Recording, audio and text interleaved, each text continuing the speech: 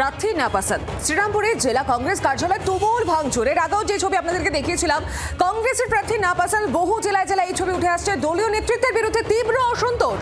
নেতৃত্বকে ভুল বুঝিয়ে বেশিরভাগ আসনেই অযোগ্যদের প্রার্থী করা হয়েছে, এমনই অভিযোগ তোলা হচ্ছে। শ্রীরামপুরে এখনো হাত শিবিরের প্রার্থী ঘোষণা করা হয়নি। সত্যম সিংকে শ্রীরামপুর কেন্দ্রে প্রার্থী করায় জোরালো দাবি।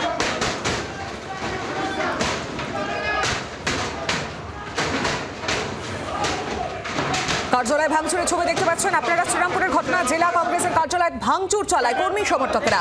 কারণ প্রার্থী না পাসাদ। নেতৃত্বকে ভুল বুঝিয়ে বেশিরভাগ আসনে অযোগ্যদের প্রার্থী করা হয়েছে, এই অভিযোগে সরব হয়েছেন তারা। সেই মুহূর্তের ছবি তুলে ধরছে আপনাদের সামনে।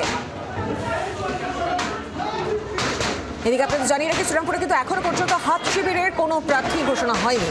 সত্যম সিংকে শ্রীরামপুরের কেন্দ্রে প্রার্থী করার জোরালো দাবি হচ্ছে। প্রার্থী না পছন্দের জেরে ভাঙচুর চালানো হয় শ্রীরামপুরের কংগ্রেসের কার্যালয়ে।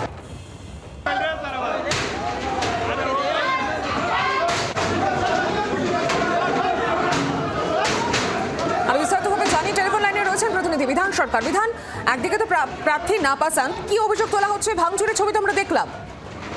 দেখো, দুটো বিষয় আছে। একটা হচ্ছে যে যাদেরকে প্রার্থী করা হয়েছে, হুগলি জেলার যে 18টা কেন্দ্র রয়েছে বিধানসভা, তার মধ্যে 17 জনের নাম ঘোষণা করা হয়েছে ইতিমধ্যেই কংগ্রেসের পক্ষ থেকে।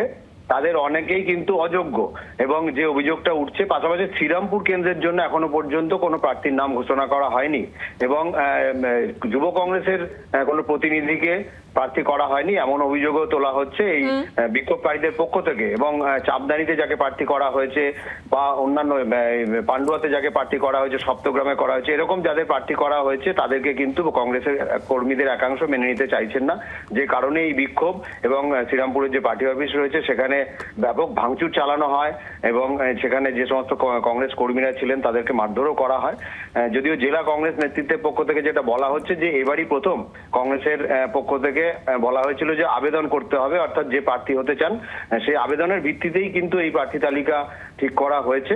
এবং সেক্ষেত্রে যদি কারো নাম না গিয়ে থাকে বা কেউ যদি আবেদন না করে থাকেন, তার প্রার্থী হওয়ার কোনো জায়গা নেই। কিন্তু যদি এই ক্ষোভ বিক্ষোভ চলতে থাকে, সেটা অন্য কোনো দলের সুবিধা করে দেবে, সেই বিষয়টাও যাতে না দেখা হয়, এই বিষয়টাই তাদের এই কর্মীদের বার্তা দেওয়া হচ্ছে এবং গোটা বিষয়টাই তারা খতিয়ে দেখবে বলে জানিয়েছেন। সৌমি, বোঝা যাচ্ছে। ধন্যবাদ তোমাকে বিধান।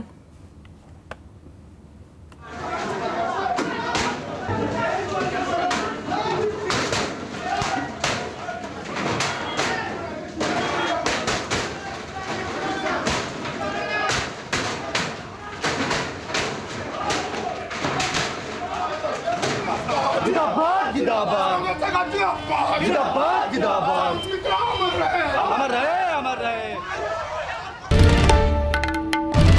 বাংলার আওয়াজ, বাঙালির আবেগ, জি 24 ঘন্টা।